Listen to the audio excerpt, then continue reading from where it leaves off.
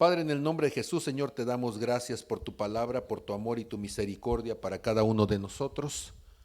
Señor, sabemos y entendemos que tú tienes planes, propósitos, y que esos planes y propósitos no son temporales, tienen una visión eterna. Ayúdanos, Señor, a cumplir con tu voluntad. Tu palabra, Señor, en Salmo 138, verso 8 dice que tú cumplirás tu propósito en nosotros, en cada uno de nosotros, que tu misericordia es para siempre, que tú no desamparas la obra de tus manos. Y Señor, yo te pido que esta palabra se cumpla en cada uno de nosotros en el nombre de Jesús. Amén, amén y amén. Para la grabación necesito decir esto. El día de hoy es domingo 22 de enero de 2023, ¿sí? Del año 2023. Yo nací en el año de 1968, 23 de enero a las 7:37 de la mañana. Un chiquillo gordo, primer varón de la familia, segundo varón en el sentido de gestación, porque tuve un hermano que murió en el vientre, ¿sí?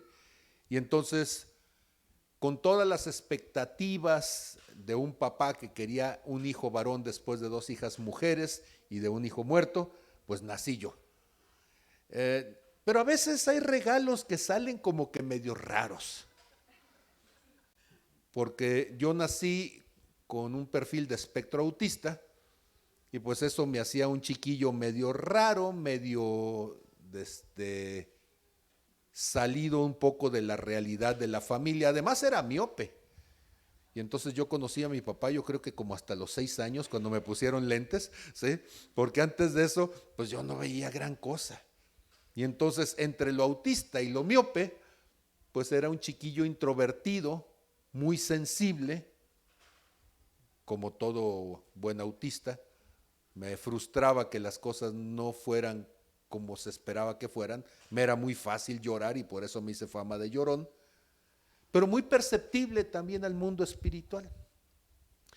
En ese contexto entonces nazco y conforme fui desarrollándome, una de las primeras cosas que sucedió fue que me di cuenta que el mundo no era un lugar muy seguro, ni aún en el contexto familiar.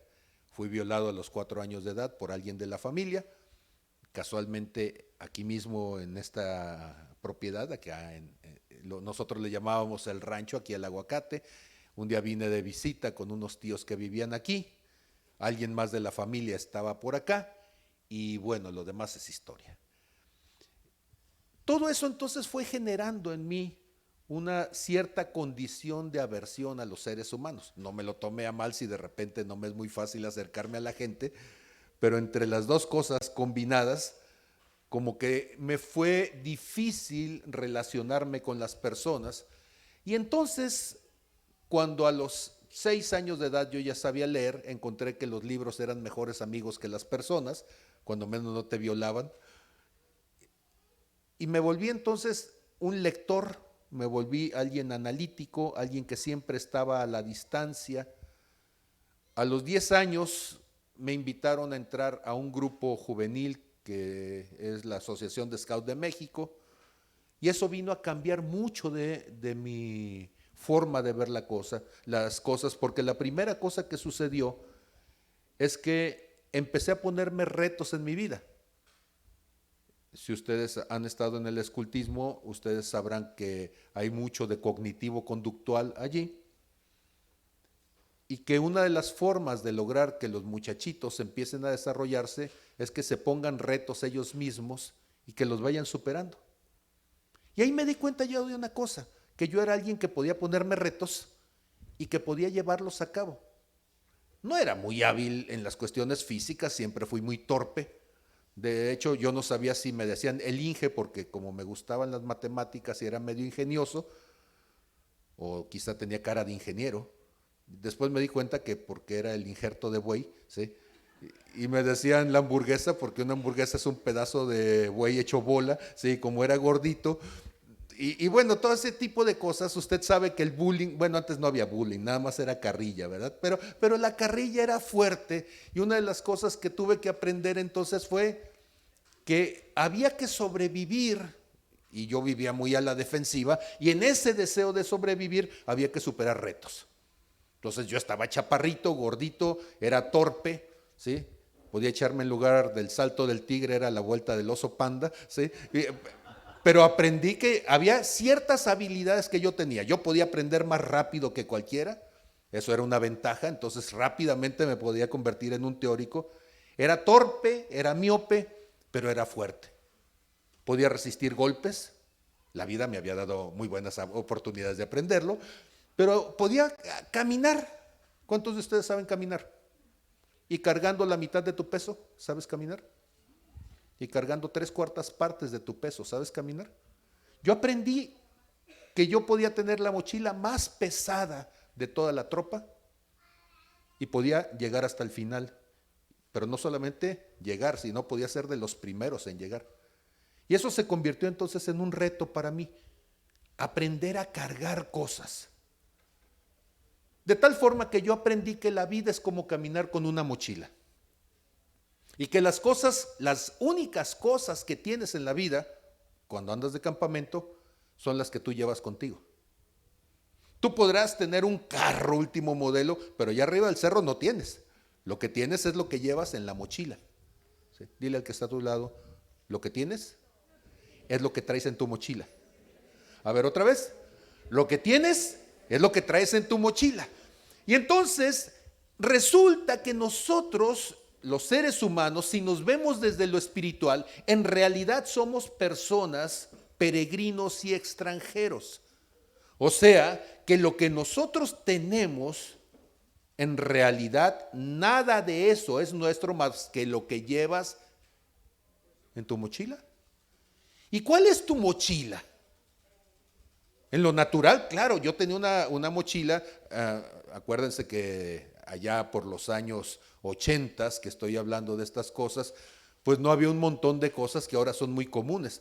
Todo era fayuca, y la fayuca que te lograbas encontrar alguna ya era de segunda o de tercera vuelta, pero las mochilas viejas que de repente la gente vendía en los Estados Unidos, se las traían acá, nos las vendían como nuevas, y dado que no había nada más, yo tenía una mochila de este tamaño, literalmente me llegaba arriba de la cabeza y abajo de las rodillas, con estructura metálica, donde tú podías meter entonces el sleeping enrollado, la casa de campaña, todo lo demás, ¿sí? Y que para cargarla, pero era una chulada, ¿sí? Porque no se te encajaba la cazuela detrás y no te encajaba el hacha y todo, entonces todo con la pura estructura, y ahí lo traías. Y llegaba el momento en donde estabas tan acostumbrado a esa mochila, a ese tipo de mochilas, que ya no sentías realmente las cosas incómodas, porque todo se acomodaba perfectamente, te la amarrabas de los hombros, te la amarrabas de la cintura y a caminar. Caminábamos 10, 12, 14 horas para ir a algunos lugares, ¿sí? Y yo llegaba primero y era mi orgullo, ¿sí? Empecé a dejar de ser autista para convertirme en místico. No sé si hay mucha diferencia, pero más o menos andas arriba de una nube de todos modos, pero entonces ya, cuando menos yo ya empezaba a congeniar con los seres humanos y empezaba a hacer cosas diferentes, y empecé a darme cuenta de que la mochila que tú llevas en la vida solamente es una metáfora de tu espíritu. Y hay cosas que tú estás entonces cargando en tu interior. En una mochila que ahorita le voy a llamar alma por ponerle alguna forma. ¿Cuántos de ustedes han metido otro lenguaje en su mochila? Entonces, cuando vas a otro país y hablan ese otro lenguaje, tú te puedes comunicar, mientras otro que trae su mochila vacía no lo puede hacer. ¿Me estoy explicando? ¿Cuántos de ustedes traen a veces una navaja? Durante años yo traje siempre una navaja de suiza, y pues esas traen desarmadores, cuchillito y trae todo, y lo que vas necesitando lo sacas de allí. ¿Alguien ha usado de esas? Sí, 2, 3, 4, 5, 6. Okay, entonces ustedes entienden, esa se llama la tercera mano, ¿verdad? Y todo lo que tú necesitas, sacas tu navaja y ahí lo haces con esa tercera mano que es tu navaja. Pues resulta que tu navaja suiza, con la que tú haces un montón de cosas, son los dones que el Espíritu Santo te ha dado. Y con eso se enfrenta a situaciones, y cuando la cosa está muy difícil de pelar, sacas tu navaja, el Espíritu Santo te dice, esto se desarma de esta manera, esto lo haces de tal forma, y tú puedes entonces con esas navajas, tú puedes encontrar soluciones a problemas que típicamente no lo harías. ¿Vamos bien? Pero hay un problema con todo eso. Tú puedes tener la navaja más importante y mejor equipada, tú puedes tener la mochila con mayor cantidad de cosas, pero lo que no puedes tener es una herramienta que haga que deje de llover. No puedes tener una herramienta que haga, ahí me trae mi esposa a mí, porque hay una tercera mano y hay un tercer pie. Gracias, mamita. Este es mi Excalibur. Así se llama, aquí tiene grabado con un pirógrafo una espada que es Excalibur precisamente. Este lo labré a los 16 años de edad. Antes de ser bordón era una vara, una rama de un nogal. Lo escogí estando todavía pegado en el nogal. Lo talé, esta rama, la dejé colgando durante más o menos como unas 6, 8 semanas. Primero lo metí en agua para que se humedeciera y que quedara ya húmedo. Lo amarré de la parte superior, le puse unas piedras por tamaños, fui amarrando piedras hasta que tuvo unos 60, 70 kilos de peso en la parte de abajo. Y esto que no estaba derecho, se enderezó con un poco de ayuda, ¿sí? Entonces yo aprendí que hay gente que se puede enderezar, ¿sí? Hay que meterle una buena remojada, ¿sí? Jalarle los pies o los pelos de atrás de la cabeza, y después de unas 6, 8 semanas, ¿sí?, se endereza, ¿sí? Bueno, cosas que uno aprende en los scouts, ¿sí? Y entonces, este es el tercer pie. Cuando yo salía de excursión, llevaba entonces bordón en la mano, mochila en la espalda, navaja en la bolsa, no en la mochila, porque si se te cae la mochila quedas desarmado, y entonces navaja en la bolsa, buenas botas, doble calcetín, talquito entre los dedos para que no se te haga, ¿sí? Y eso es fundamental, ¿sí? Y con eso a caminar. Esto que estoy diciendo suena ridículo, pero tengo 55 años caminando por la vida. Y espiritualmente yo sigo caminando igual. Sigo con un bordón en la mano, que es la vara de autoridad que Dios me ha dado, ¿sí? Sigo con la navaja, que son los dones del Espíritu Santo, ¿sí?, en mi bolsa. Traigo mi mochila, pero dentro de mi mochila viene el alimento, y el alimento más importante es la palabra. Eso es lo que me ayuda a mantenerme. Pero decía que hay una cosa que no te la puede dar Dios. Y esa ni siquiera cuando era scout podía meterla en la mochila. Y esa se llama carácter. ¿Puedes decir conmigo carácter? Hemos hablado de carácter varias veces. Mire, una vez estando en el Nevado de Toluca, estábamos nosotros en una casa de campaña y se nos mojó, llovió, se nos mojó la ropa, y durante toda la noche estuvimos entonces lloviendo y se nos mojó la ropa. Afortunadamente era verano, hace frillito, pero no tanto. Nevado de Toluca, no estábamos tan alto en esa parte, pero al día siguiente teníamos que ir al Popocatépetl y ahí había que subir, y con la ropa mojada. ¿Alguien ha estado bajo cero con ropa mojada? Es terrible, es terrible. Y entonces es de locos, porque cuando tú traes la ropa mojada y está haciendo mucho frío, lo que va a suceder es que se te va a congelar. ¿Cómo logras que no se te congele? No dejes de moverte, porque mientras te estás moviendo, estás generando calor, y mientras estás generando calor, no se va a congelar en ese momento, cuando menos. Entonces, primero, exprímela bien, también no seas necio. Entonces, la exprimes bien. Yo tenía 11 años cuando esas cosas me pasaron. De todo un grupo de 40 y tantas personas que íbamos, solamente 4 personas llegamos hasta la cumbre del Popocatépetl. El jefe de tropa, el subjefe de tropa, Fermín Álvarez, que era uno de los guías, y el gordito inútil que todo el mundo decía que no iba a llegar. ¿Cómo es que llegué? Cuando iba yo subiendo a los primeros 100 metros más o menos, 200 metros de pura subida inclinada, había un guía, ya un hombre viejón, 60 y tantos, 70 años, flaco, que fue el que nos iba a acompañar, y cuando nos dijo, miren, se van a ir aquí por la vereda y aquí los voy a ir alcanzando, yo voy a ir tranquilo porque estoy viejito, dijo él, ¿sí? Y todo el mundo empezamos a caminar, sí, pues ahí va el gordito tratando de caminar. ¿Vieron ustedes la película de Up? Sí, haz de cuenta, haz de cuenta. Y entonces, ahí va el gordito y a los 100, 200 metros estoy muerto junto al camino, ¿sí? Con mal de montaña, queriendo vomitar, y él se acerca junto a mí. Yo era el primer caído, ¿sí? Y me dice, ¿ya te quieres regresar? Y le digo, no, yo quiero subir hasta el final. Te veo que estás mal. No, pero ahorita me compongo.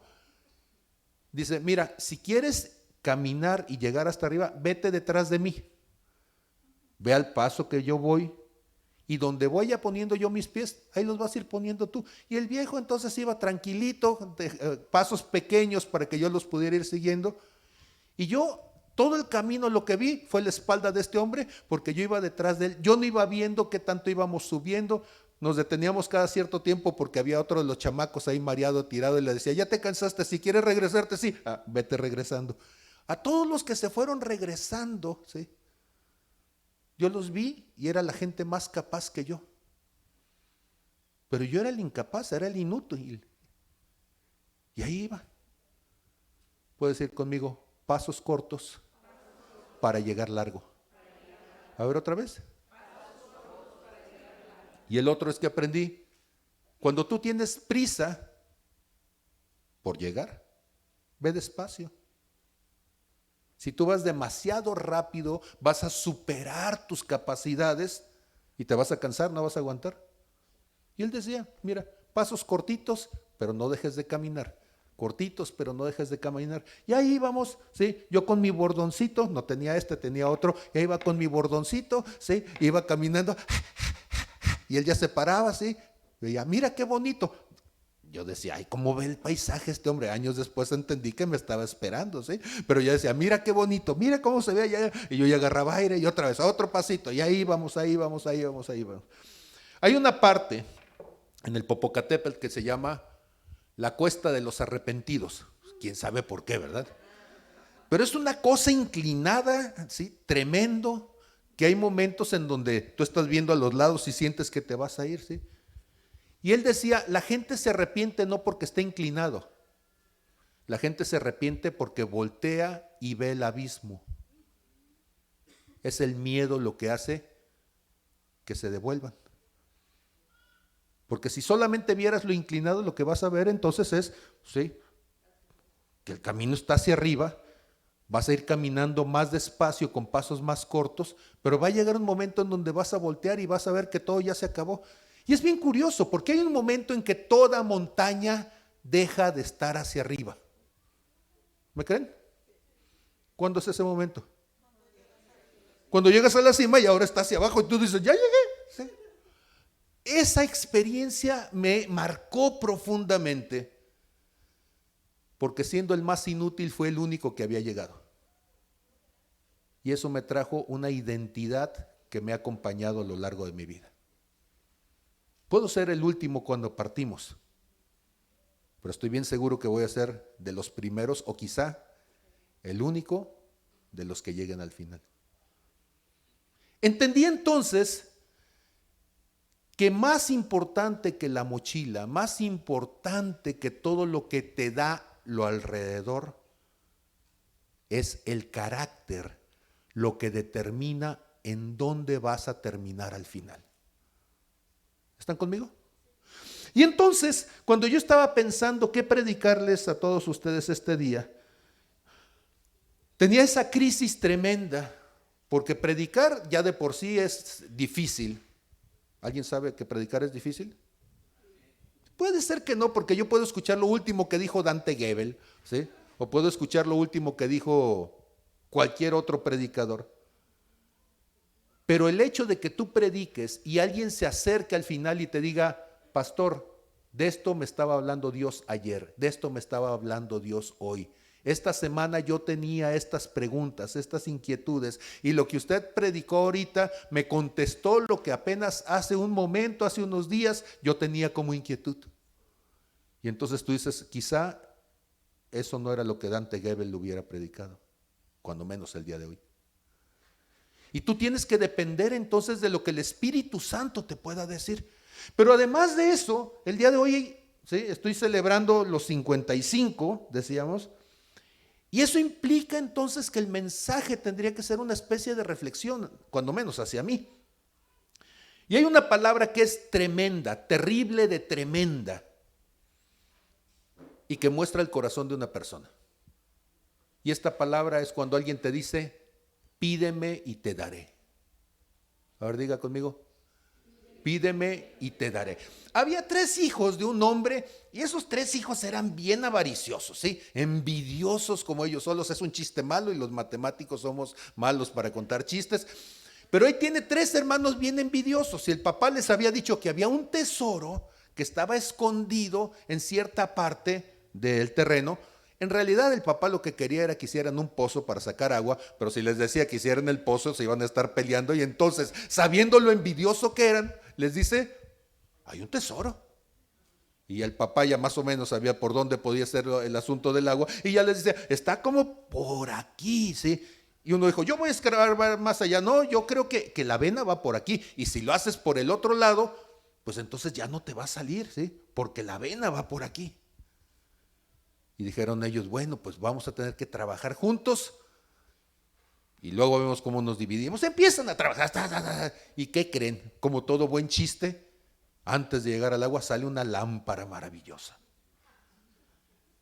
Y cuando la agarran, los 3 le tiran el agarrón, y a los 3 al mismo tiempo. Así que el famoso genio, yo sé que esto no suena cristiano, es un chiste, ¿sí? Y entonces el genio les dice, bueno, pues les voy a conceder 3 deseos.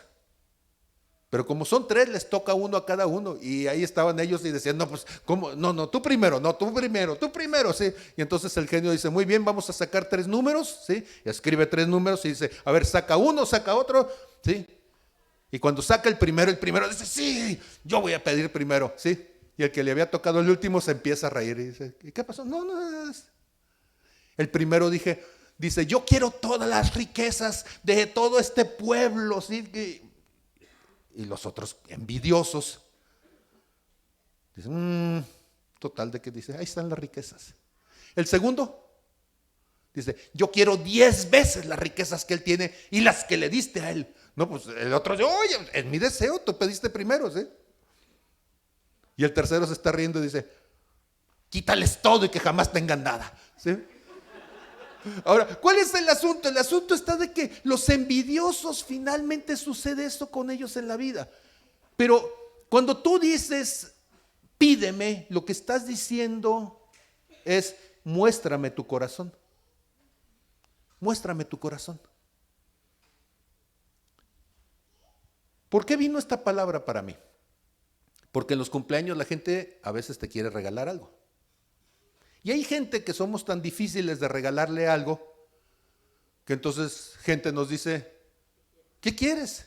Ahora sí que pídeme y yo te lo compro. ¿Alguna vez alguno de ustedes le han dicho pídeme? Sus papás le dijeron, ¿qué vas a pedir de Navidad? Y tú ya estás pensando que vas a tener el carro último modelo, ¿sí? Pídeme algo de vestir y tú ya estás pensando guardarropa nuevo. ¿Qué pides tú? Si yo te dijera, pide algo, piénsalo, ¿qué pedirías? Salmos 2:8 dice, pídeme y te daré por herencia las naciones y como posesión tuya los confines de la tierra. Eso se lo dijo el Señor a David. Pídeme y yo te lo daré. En 2 de Crónicas 1:7, años después, dice, aquella noche apareció Dios a Salomón, hijo de David, y le dijo, pídeme lo que quieras que yo te dé. ¿Qué pidió Salomón? Dice el verso 8, y Salomón le dijo a Dios, tú has tenido con David mi padre una gran misericordia y a mí me has puesto por rey en lugar suyo. Confírmese pues ahora, oh Jehová, tu palabra dada a David mi padre. Le está diciendo, cumple tu promesa con mi padre. Porque tú me has puesto por rey sobre un pueblo numeroso como el polvo de la tierra. Sí, un pueblo numeroso, pero un pueblo cabezón, difícil. ¿Se han leído la historia del pueblo de Israel? Llenos de pleitos, llenos de envidia, siempre con alguna cuestión que era problemática. Y entonces él le dice, dame pues ahora sabiduría y ciencia para presentarme delante de este pueblo. Porque ¿quién podrá gobernar a este tu pueblo tan grande? ¿Le pidió qué cosa? Sabiduría. ¿Tú qué pedirías? ¿Pedirías las naciones como David? ¿Pedirías sabiduría? Bueno, Dios le dio a Salomón la siguiente respuesta. Le dice, por cuanto hubo esto en tu corazón y no pediste riquezas, bienes o gloria, ni la vida de los que te quieren mal, ni pediste muchos días. Ojo, no pidió salud, no pidió riquezas, no pidió bienes, no pidió gloria, no pidió reconocimiento de los demás, no pidió venganza ni fuerza. Dice, por cuanto no pediste nada de eso, sino que has pedido para ti sabiduría y ciencia para gobernar a mi pueblo, sobre el cual te he puesto por rey. Sabiduría y ciencia te son dadas, y también te daré riquezas, bienes y gloria, como nunca tuvieron los reyes que han sido antes de ti, ni tendrán los que vengan después de ti. Bueno, si el Señor me hubiera dicho eso, yo le hubiera dicho, ay, no te cuelgues, ¿sí? Los reyes que han sido antes de ti, nomás Saúl. Y era mi suegro, dice, de todos modos ya me tocó todo. Pues. Pero cuando dice los reyes después de ti, dice, entonces sí es buena promesa, ¿sí? Pregunta, ¿fue bueno lo que Dios le dio a Salomón? Le dio cosas inimaginables. Curiosamente, le faltaba en su mochila carácter. Y terminó metiéndose con la esposa de uno de sus generales, trayendo destrucción a su vida. Le faltó carácter para educar a sus hijos y su propio hijo Absalón se levantó contra él. Le faltó carácter para mantenerse en las cosas que Dios quería. ¿Me estoy explicando? Tú puedes tener un montón de dones y si no tienes carácter, tú te conviertes en un peligro, no para todos los demás, para ti mismo. Dice en 2 Reyes, capítulo 2, verso 9. Cuando habían pasado, Elías le dice al profeta Eliseo, ¿de acuerdo? Estamos con un profeta que se llama Elías, varón de Dios, varón de fuego, hombre de milagros, y tiene a un siervo que se llama Eliseo. Y Eliseo entonces ha andado con él, ha sido llamado por el profeta, ha sido el que le sirve el agua, el que ve cuando andan por ahí haciendo cosas, sanando gente y demás. Y le dice Elías a Eliseo, sabiendo que ya iba a ser llevado por el Señor, pide lo que quieras que yo haga por ti antes de que yo sea quitado de ti. Le está diciendo, ¿qué herencia quieres? ¿Qué quieres que te dé? Y entonces dice Eliseo, te ruego que una doble porción de tu espíritu sea sobre mí. ¿A quién se le daba la doble porción en el pueblo de Israel? Al primogénito. ¿Qué significaba la doble porción? Porque todo el mundo dice, Señor, yo no quiero doble, yo quiero cuádruple. Y el otro dice, no, Señor, yo quiero 2 a la 16. ¿Sí? Y entonces, ¿de veras entiendes lo que está diciendo? Doble porción significa que siendo el primogénito va a tener que tomar la responsabilidad que tenía su padre.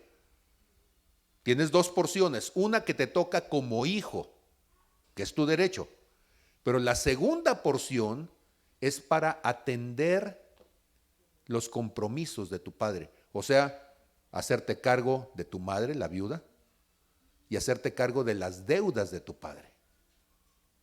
¿Quieres la doble porción? Porque doble porción significa dame la responsabilidad de estar al frente, de ser el líder, de atender los problemas que mi padre dejó pendientes. Y entonces cuando la gente dice, yo quiero la cuádruple, entonces, ¿de veras entiendes que estás pidiendo ya no solamente la responsabilidad de lo que tu padre está diciendo, sino, Señor, dame las deudas de todos los parientes y de todos los demás? Entonces, no, gracias. La bíblica es la doble porción. Y entonces, si nosotros vemos lo que sucedió en la vida de Elías, ¿creerían ustedes que Dios le dio a Eliseo la doble porción? Ok, ¿cómo saberlo? ¿Sí? ¿La unción se pesa, se mide, se vende por litros o cómo? ¿Cómo saber si de veras tuvo la doble porción? Una cosa que yo les propongo es revisemos qué cosas hizo Elías en su vida, varón de fuego, y luego revisemos qué cosas hizo Eliseo. A ver quién pudo hacer más. Ok. Primera cosa. En Primera de Reyes, capítulo 17, no voy a irme a cada pasaje, pero se los dejo indicado. Elías declara sobre el reino de Acab, que era un mal rey, 3 años y medio de sequía. ¿Sí? Y no llueve. Milagro número 1, ¿verdad? No llovió durante 3 años y medio. En ese tiempo, él se tiene que esconder y se va entonces con una viuda para que le dé de comer. Llega y parece bien egoísta porque la viuda dice, pues nada más tengo un puñito de harina, un poquito de aceite, y dice, y voy a hacer mi última tortillita, me la como y me muero ya, porque ya no tengo más. Y le dice el profeta, primero sírveme a mí. Y si tú me sirves a mí primero, entonces se va a multiplicar y a ti te va a alcanzar. Por eso mi esposa a mí siempre me da primero, ¿sí? Porque ella aprendió de la viuda, ¿sí? Y entonces el milagro de la multiplicación, ¿sí? Ok, entonces le empieza a dar de comer y dura meses y meses y meses y él sigue comiendo. Hay un momento, ¿sí?, en donde el profeta es llevado entonces también a una cañada. Y en esa cañada no hay nada de comer. ¿Y qué es lo que Dios hace? Envía un cuervo y el cuervo lleva carne en su pico. ¿Cuál es el milagro? Que se la coma él, porque, a ver, pongámonos de acuerdo. Digan conmigo, un cuervo es un animal carroñero. Muy bien. Segunda cosa, en ese tiempo no había carnicerías abiertas como para pensar que el cuervo iba a pasar por la carnicería y se le iba a llevar. ¿De dónde está sacando la carne el cuervo? Pues de algún animal muerto, quién sabe de qué. Y entonces cuando llega el cuervo con la carne, el milagro no es que llegue el cuervo, bueno, sí es milagro, sí. Pero yo sabiendo que el cuervo viene de quién sabe dónde, pues el otro milagro es que me la come y que no me haga daño, ¿verdad? Entonces ese milagro estuvo más grande, ¿sí? Por eso en mi casa yo aprendí también, usted pregúntele a mi esposa, que cuando el cuervo llega con la comida, yo no pregunto de qué es, ¿sí? Yo me la como, ¿sí? Amén. Diga conmigo, eso se llama carácter. Entonces, la próxima vez que le sirvan en su casa, no diga frijoles otra vez, aguas, porque el cuervo puede traer algo que no te guste la siguiente. Y entonces, siguiente cosa que hizo, ¿sí? En Primera de Reyes 17 al 24, ¿sí?, hay un niño que murió y el profeta lo resucita. Después, él va con el rey, lo están buscando, y él le dice, reúneme a los profetas de Acera y a los profetas de Balaam, ¿sí? Los junta y eran 850 profetas, usted sabe la historia, hicieron un altar cada uno de ellos, cada uno se agarró a su buey, ¿sí? Es bíblico agarrarse a su buey, ¿sí? ¿Sí? Y entonces lo agarró y lo partió a pedazos, ¿sí? Sea cuidadoso nada más, ¿sí? Que sean 12. Y entonces él lo agarró, lo partió a pedazos, después hizo una zanja alrededor, puso la leña, y le empezaron a echar agua. Era tiempo de escasez, tenían 3 años y medio sin agua y empezaron a agarrar el agua que llevaban para beber, se le empezaron a echar hasta que hizo charco. Es un milagro que haya hecho charco, ¿verdad? Sin agua, no tenían agua. Después de eso, le dice a los profetas de Acera y de Baal, ¿sí?, que ellos empiecen a hacer sus ritos. Se llega el mediodía, no cae fuego del cielo. Y él se está burlando, dice, grítenles más fuerte, capaz que anda en el baño. ¿Sí lo han leído ese pasaje? Dice, capaz que fue a esconder sus rodillas. Eso es lo que dice en el hebreo. ¿Cómo escondes las rodillas? Pues cuando te bajas la túnica, ¿sí? ¿Dónde quedaron las rodillas? Pues abajo de la túnica, ¿verdad? Y lo demás se descubre. Entonces, pero era menos pícaro decirlo así, ¿verdad? Entonces, allí dice, capaz que su Dios anda cubriéndose las rodillas, grítenle más fuerte, ¿sí? Y cuando él empieza a orar, dice, Señor, yo sé que tú siempre me escuchas. Y lo que te estoy pidiendo es para dar testimonio a estos de que tú me escuchas. Haz caer fuego del cielo. Y cae entonces el fuego sobre la ofrenda, quema toda la ofrenda, quema la leña, seca la zanja que tenía agua. Y él les dice, aquí tienen a su Dios. Después de eso dice, bueno muchachos, ahora vamos a pagar las cuentas. Traigan a todos los profetas aquellos. Y se los ponen en fila, se los están agarrando, me imagino, para que no corran. Y él degolla, le corta el cuello a 850 personas. Si usted se pone a sacar cuentas, 850 entre 60, ¿alguien trae desde su calculadora? 850 entre 60. Por lo pronto ya son 10 horas y son 600. Y dice, 14 horas y cachito. 14.16. ¿Sí? Y entonces quiere decir que son 14 horas y una octava parte de la hora todavía. ¿Qué significa eso? Otro milagro, le duró el filo, ¿sí? Y le duraron las fuerzas. Tú dices, ¿cómo es posible? Bueno, yo sé que cada una de esas cosas no parecería un milagro, ¿sí? Pero cada una de esas cosas son las cosas que hizo él muy bien. ¿Y qué pasó después de eso? Después de eso él ora para que vuelva a llover. Primera de Reyes 18, 41 al 46, y vuelve a llover, ¿sí? Después va y llama a Eliseo. Eso no es un milagro, es un acto profético. Él se sentía muy solo porque lo andaba persiguiendo la reina Jezabel porque había matado a todos sus profetas. Y entonces él dice, Señor, solo yo he quedado. Y Dios le dice, no, hay otros 7,000 que tampoco no han inclinado sus rodillas. Y como está solito, entonces le pone una persona para que le ayude. Pero esta persona que le pone, Eliseo, es una persona rara. Él va por un campo. Acuérdense, ¿cuántos años no había llovido? 3 años y medio. Empezó a llover. Y entonces él va a sacar su yunta de bueyes para poder con esa yunta de bueyes abrir la tierra. Pero tiene 3 años y medio que no llueve. La tierra está dura, seca. Entonces saca su primera yunta, no se puede.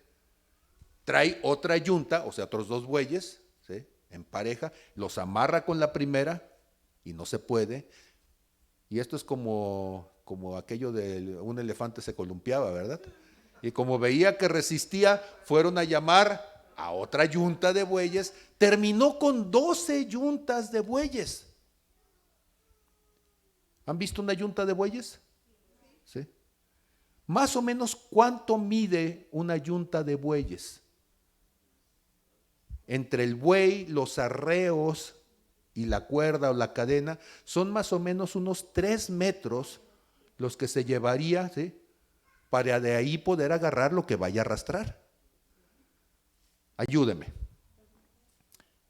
Si son 12 bueyes o 12 yuntas de largo, a 3 metros por yunta, ¿cuántos son? 36. Una cuadra mide 50 metros. 36 metros de bueyes con un solo tipo atrás, agarrándolo y diciendo, ¡ah! ¡Ah! ¿Sí?, y dándole la vuelta a esos bueyes. Eso era un desfile. ¿Se lo ha puesto a pensar? Era un desfile y él está allí. Él dice, ¿cómo que no voy a abrir la tierra? ¿Sí? Y está terco agarrando el arado porque es tiempo de tirar la semilla. Y Dios le dice, este es el que te va a ayudar. Diga el que está a su lado, bueno, pastor. Terco como la caramba. Ahora, note usted una cosa. Cuando nosotros estamos pensando en la gente que sirve a Cristo, la gente quiere gente perfecta. Este hombre era un empecinado terco, de carácter difícil. Es más, un día Eliseo iba subiendo por una cuesta, salieron un montón de chiquillos a burlarse porque como estaba pelón, mientras iba subiendo, imagínense, en el pleno solazo de Tierra Santa, en una subida suda y con el pelón, pues le brillaba la cabeza. Y el puño de chamacos salen ahí a burlarse. Y el que dijo, los perdono en el nombre del Señor. No, dijo, Señor, sí, juicio venga sobre ellos. Y sale una osa furiosa y hace la masacre de chamacos. Así que si usted piensa que su pastor es duro, sí. Por eso no tenemos osas en este lugar. No vaya a ser que caiga en la tentación de orar por eso. Y Eliseo entonces es un hombre duro, ¿sí? Muy bien, sigo con Elías. Elías va a condenar al rey Ocosías por acudir a adivinadores, ¿sí? Y entonces los capitanes de Ocosías van con él para llevárselo preso. Llega un capitán con 50 hombres y le dice, varón de Dios, vengo por ti. Y el otro voltea y le dice, soy varón de Dios, ¿sí? ¿Sí soy varón de Dios? ¿Sí? ¿Sí? ¿Sí? Caiga fuego sobre ustedes y los queme. Y vuelven a enviar otros 50 con el capitán. Y llega el otro, varón de Dios. Soy varón de Dios. Caiga fuego sobre ustedes y los queme. Ya tenía 100 montoncitos allí. Bueno, 102. Llega el tercero y dice, ten misericordia de mí, si no me matas tú, me mata el rey y yo nada más soy el mandadero. Ve con el rey, te está buscando, ¿sí? Y ya va con Ocosías a decirle, a ver, ¿qué quieres? ¿Sí? Estaba enojado el otro porque había ido a ocultar, había con un hechicero ocultista a consultar cómo le iba a ir. Y él dijo, ¿qué? ¿No hay profeta en Israel? Y si tienes duda, te vas a morir, ya. Y se enojó, ni aguanta nada, ¿verdad? Y entonces el varón de Dios va con él y le dice entonces, ahora Eliseo ya estaba enfermo en ese momento, y le dice, mira, abre la ventana, agarra unas flechas, unas saetas, porque las vas a lanzar allá. Y el otro, sí, sí, las saetas, agarra. Y se enoja el profeta y agarra las flechas y las despedaza y le dice, si lo hubieras hecho con fuerza, con valor, ¿sí? El Señor hubiera tomado a los sirios hasta destruirlos. Pero por cuanto hiciste esto, o sea que no te importó para nada, dice, los vas a derrotar en una batalla, pero no vas a lograr nada más. Después de eso se mueve, bueno, ahí lo tenemos ya, ¿sí? Entonces, perdón, ya hasta confundí desde unos y otros, ¿verdad? Lo último que hace entonces el rey es... Eso de las saetas es Eliseo, perdón. Es Elías. La última cosa que hace Elías es, llega al río Jordán, agarra su manto, golpea y se abre.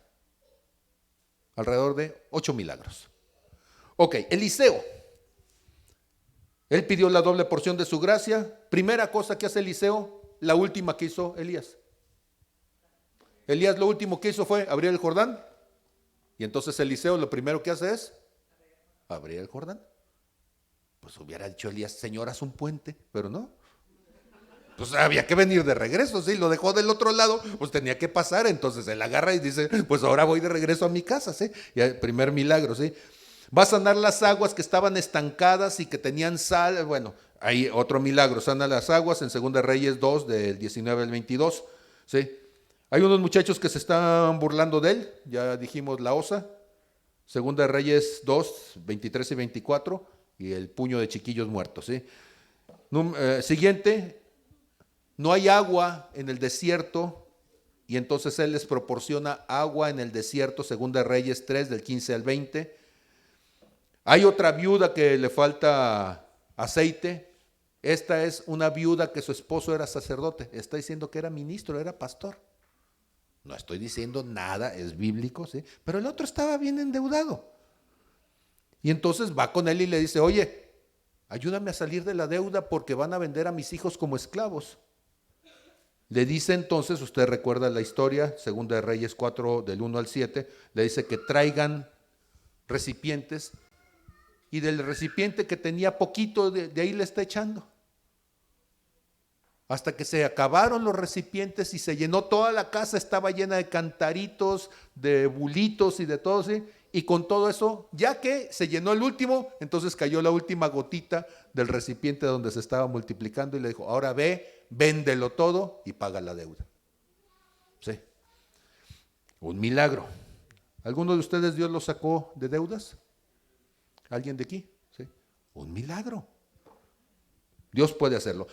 Siguiente milagro, va a purificar un alimento nocivo. Hicieron algo de comer en el campamento, le echaron unas calabazas que eran venenosas y se andaban envenenando medio mundo. Segunda de Reyes 4, 38 al 41, y entonces el otro llegó, agarró harina y se lo echó. Y ella dijo, ya cómanselo. Y uno dice, ¿con la harina? No, pues es la declaración profética. ¿Sí? Siguiente, alimenta una multitud. Segunda Reyes 4 del 42 al 44, esta es muy curiosa porque es un símbolo de lo que Jesús va a hacer. Multiplica los panes y los pescados, como lo hizo Jesús. Siguiente, Naamán el leproso, ¿se acuerdan ustedes del sirviente sirio, el general sirio Naamán, sí, que tenía lepra? Segunda Reyes 5 del 5 al 15, y que va y le dice que se bañe 7 veces en el Jordán y a la séptima salió limpio. Ya perdieron la cuenta, ¿verdad? Ok. Siguiente, hace que Giezi quede leproso. Hay milagros que no nos gustan mucho, ¿sí? Pero ese también fue un milagro, ¿sí? A uno se la quitó y al otro se la pasó. Y ahorita hablamos de Giezi. Segunda Reyes 5 del 20 al 27. Siguiente, a uno se le cae un agua, se le cae en el agua un hacha. Y el hacha era prestada y el otro está todo conmocionado, ¿sí? Y entonces él ora, Segunda Reyes 6, 1 a 7, y hace flotar el hierro del hacha para poderlo regresar. Otro, revela los planes del rey de Siria que quiere invadir Israel. Segunda de Reyes 6, del 1 al 33, hay un montón de cosas que vamos a decir allí.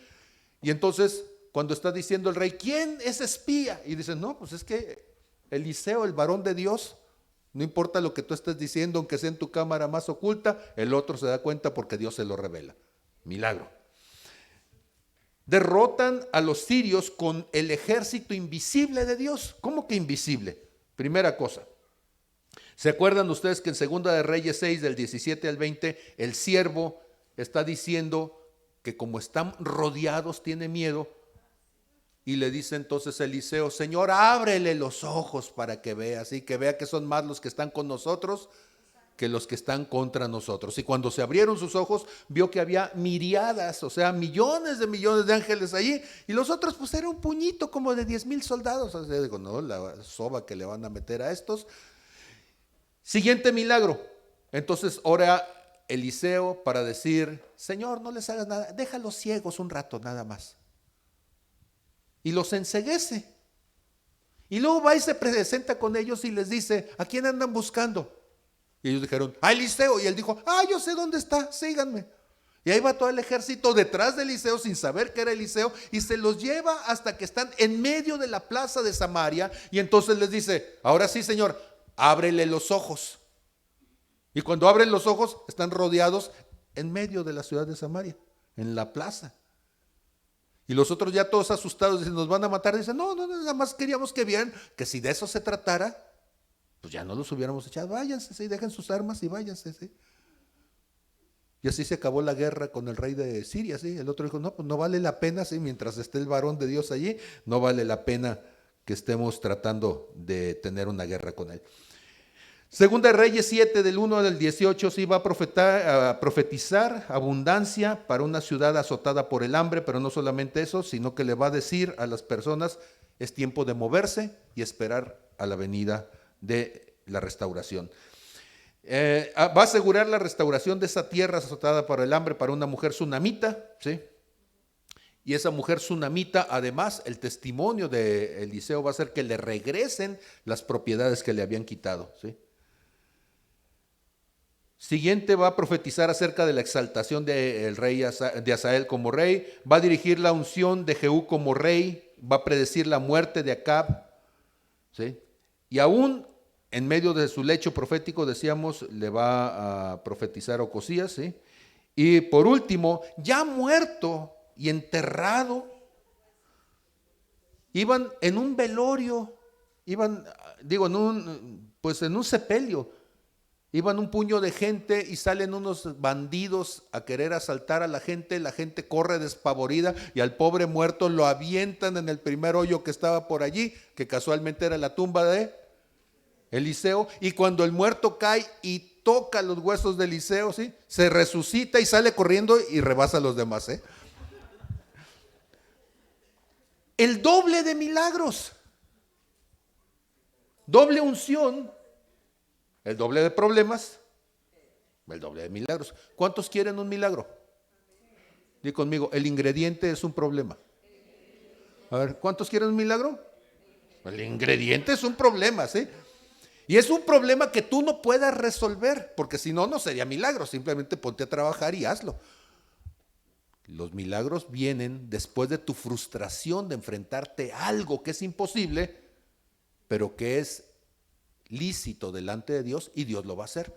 Entonces, no cabe duda, Eliseo recibió la doble porción. Pero ojo, Eliseo tenía el carácter para llevar 12 yuntas de bueyes, tenía el carácter para ocupar la posición que Dios le estaba dando. ¿Van conmigo? Elías tuvo como siervo a Eliseo. Eliseo tuvo como siervo a Giesi. Diga conmigo, Giesi. A ver, ¿quién?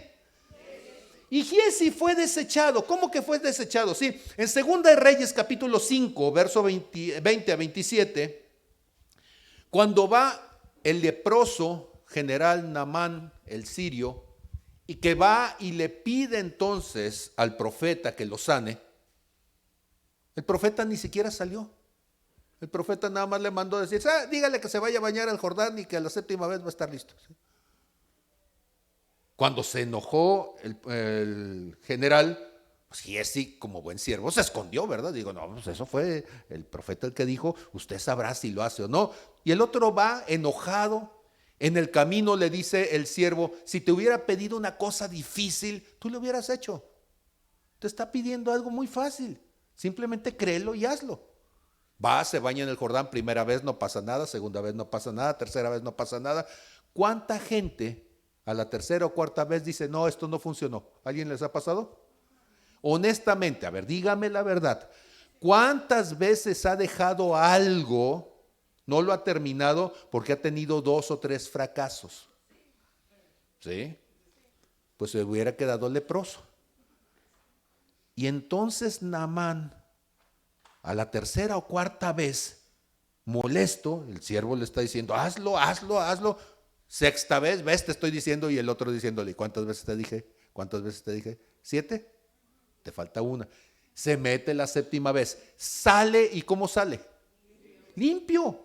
Y cuando sale limpio, sale agradecido además. Y dice, sí, soy sano. Ahora, note usted que la lepra no era posible sanarla.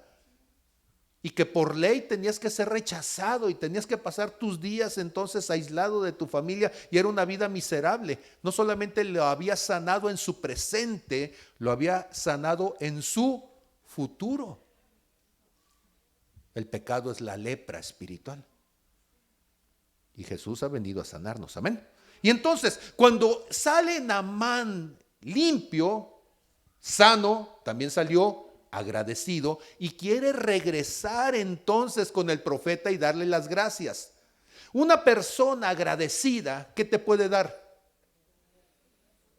Pues no haya ni qué darte. ¿Él qué llevaba? Llevaba vestidos, llevaba riquezas, llevaba oro, llevaba lo que fuera, y él está diciendo, quiero dárselo al profeta. ¿Y el profeta qué dijo? No, gracias. ¿Por qué?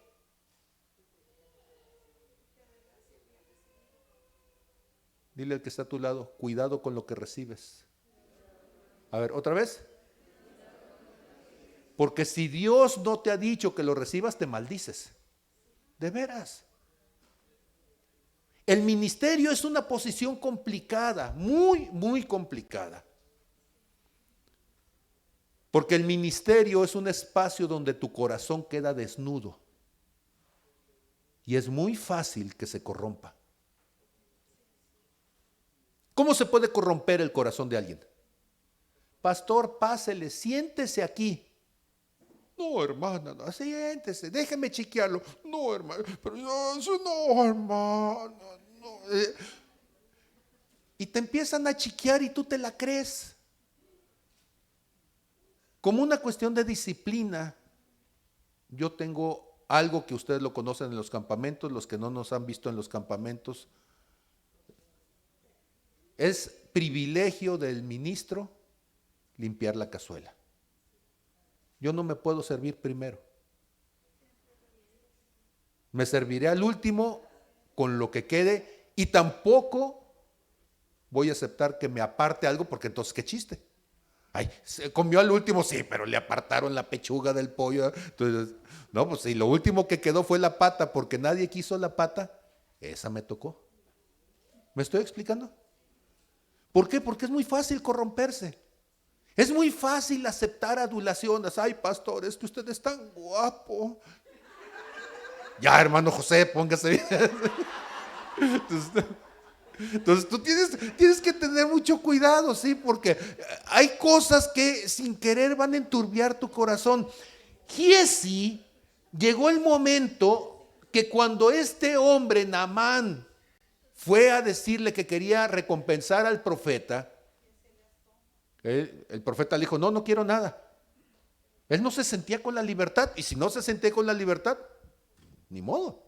Se lleva sus cosas y el otro empieza a decir, ay, mira nomás el profeta, sí. Total, si el otro quería dárselo, pues que lo agarrara, ¿qué problema hay?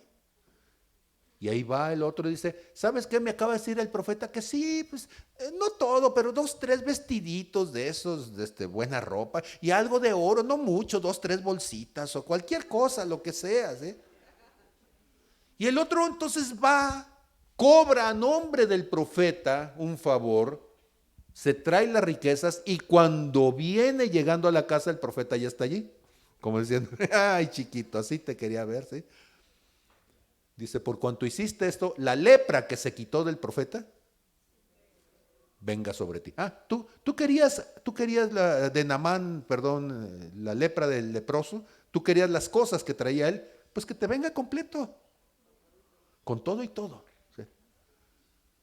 Y fue desechado. Diga conmigo, fue desechado. Cuando usted pide, cuídese que pide.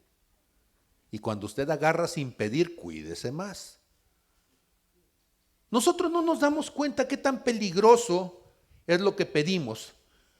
Primera de Timoteo capítulo 3, verso 3, hablando del requisito de un ministro, dice, no dado al vino, no pendenciero. ¿Qué es pendenciero? Peleonero. No codicioso de ganancias deshonestas. ¿No codicioso de qué? No codicioso de ganancias deshonestas. Dice 1 Timoteo 3:8, más abajo, hablando ahora de los diáconos. Asimismo deben ser honestos, sin doblez, no dados a mucho vino. Fíjese usted, al obispo, el que anhela obispado, buena cosa le desea, dice, y este dice, no dado al vino. Pero al diácono dice, no dado a mucho vino. Usted sabrá hasta dónde quiere llegar. ¿Quiere llegar a nivel de diácono o quiere llegar a nivel de obispo? ¿Sí? Ahí, en la cantidad usted decide. ¿Sí? Y entonces dice, no dados a mucho vino, no codiciosos de ganancias deshonestas. Tito 1:7, porque es necesario que el obispo sea reprensible como administrador de Dios, no soberbio, no iracundo, no dado al vino, no pendenciero, no codicioso de ganancias deshonestas. Las personas envidiosas muestran su carencia de carácter. ¿Van conmigo? Pastor, ¿y usted cuántas ovejas tiene? Esa es una pregunta típica, ¿sí? Y créanme que yo no tengo muchas.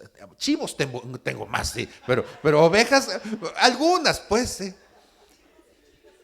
Pero realmente yo no tengo ninguna oveja. ¿Por qué?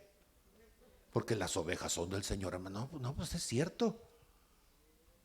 Yo tengo hermanos en Cristo. Y como hermanos en Cristo no son propiedad mía. Ustedes están aquí por el deseo de estar aquí. Amén. Pero no son propiedad. No tienen el sello de redime en una pompi. ¿Sí? Bueno, ahí se ponen en el ganado, ¿no? Entonces no tienen el sello en ninguna parte de su cuerpo, ¿sí?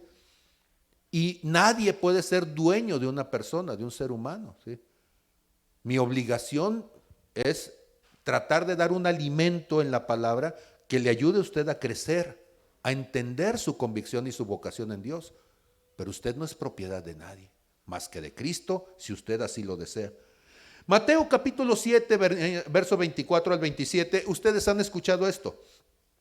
Cualquiera pues que me oye estas palabras y las hace, le compararé con un hombre prudente que edificó su casa sobre la roca. Muy bien, tenemos el de sobre la roca. Dice, y descendió lluvia, vinieron ríos, soplaron vientos y golpearon contra aquella casa y no cayó porque estaba fundada sobre la roca. ¿Vamos bien?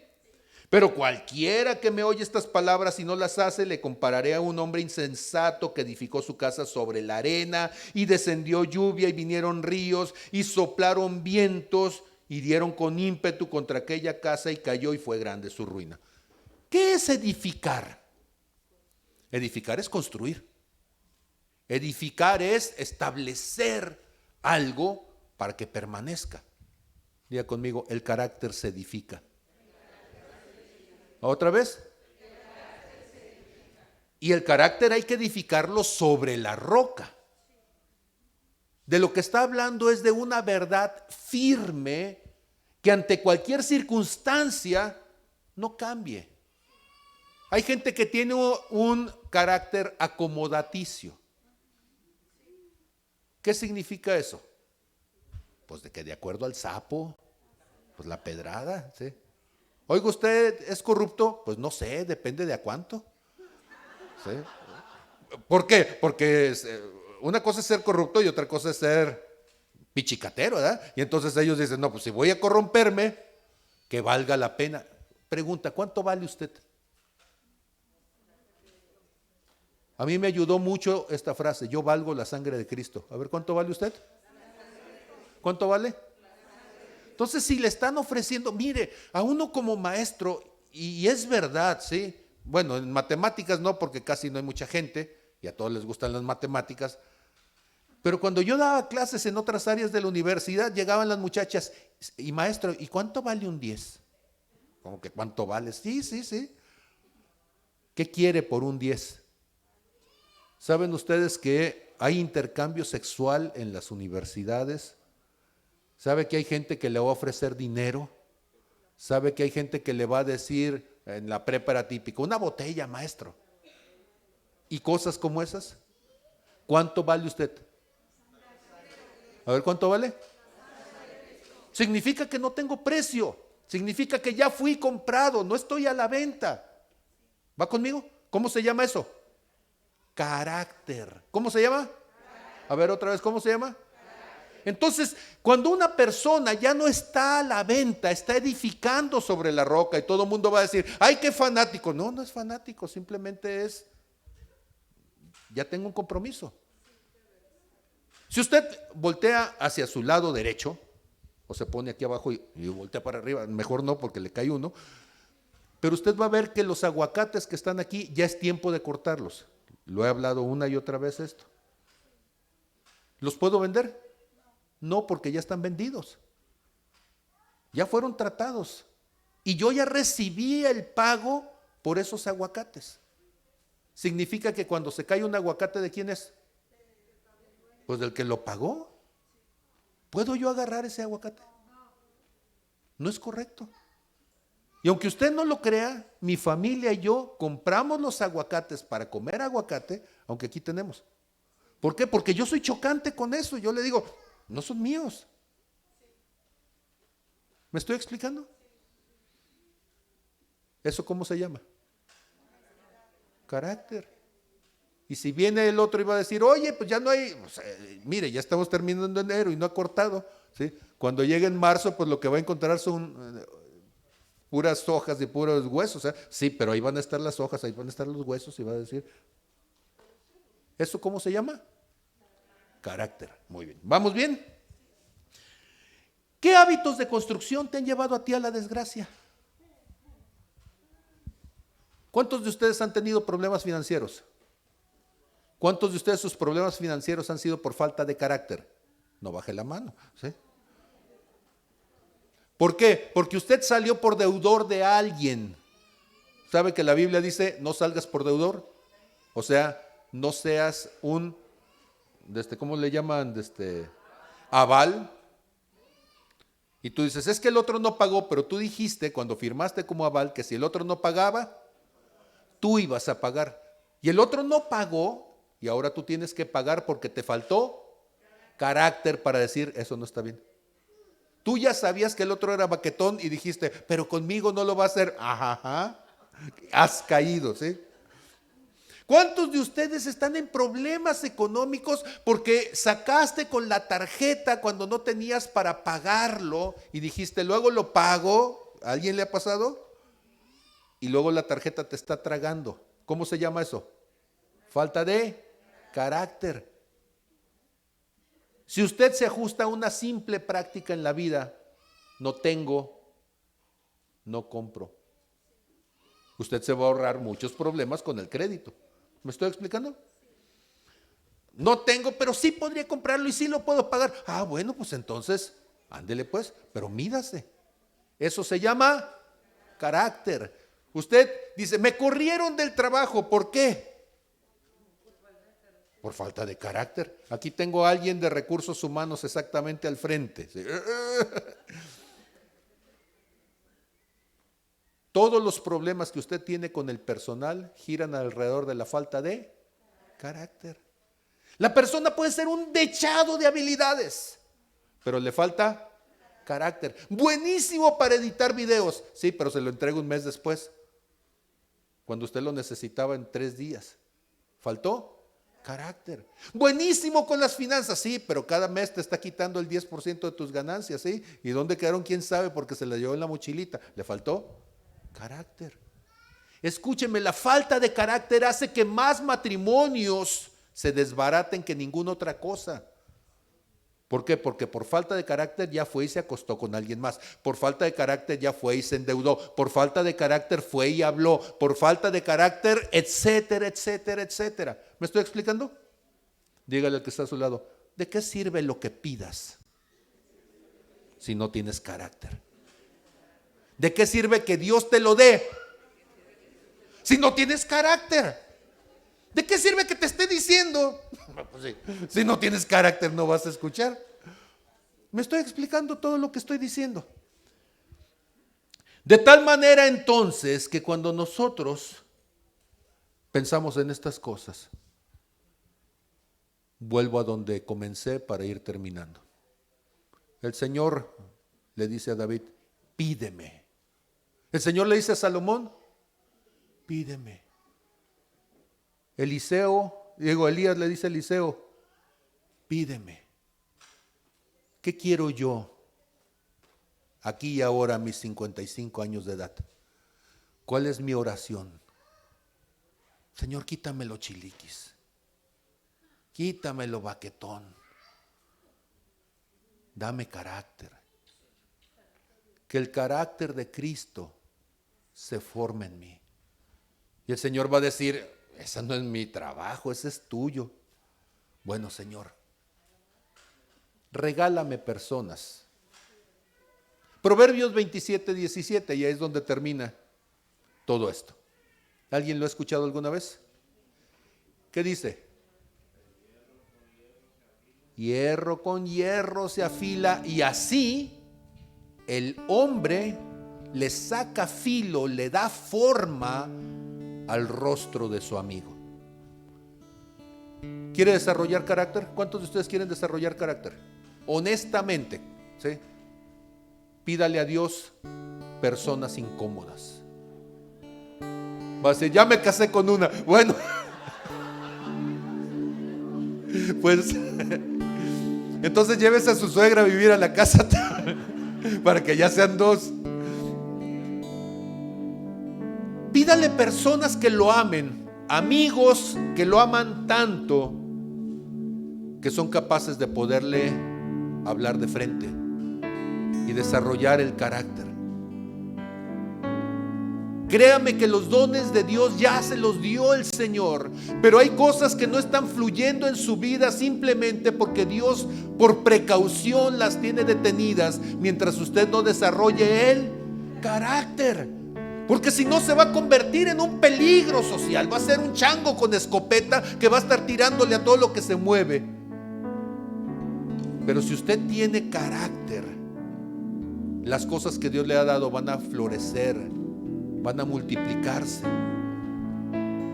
La unción es algo que no tendríamos que rogar a Dios que nos lo dé. Es más, Dios es el que nos está esperando para darla. Pero que la falta de carácter no nos permite avanzar. Cierre sus ojos un momento, por favor. Yo decía que cada uno solamente traemos lo que cargamos en nuestra mochila, y eso es carácter. Tu verdadera riqueza es lo que puedes contener dentro de ese carácter. Y si tu carácter está perforado, si tu carácter, por más que le echas, se disipan las cosas, tú necesitas, como yo necesito, que Dios nos regale regalos en estuches de carne y hueso. Personas que nos aman y que nos hablan, que nos confrontan, que nos instruyen, que nos animan. Pero tú necesitas carácter también para poderlos escuchar, porque el que quiere amigos ha de mostrarse amigo. Tú necesitas entender que son valiosas, porque el que encuentra a un amigo va a encontrar un tesoro. Tú necesitas encontrar personas que están dispuestas a poner su vida en riesgo, porque nadie ama más que aquel que como un amigo pone su vida por ti.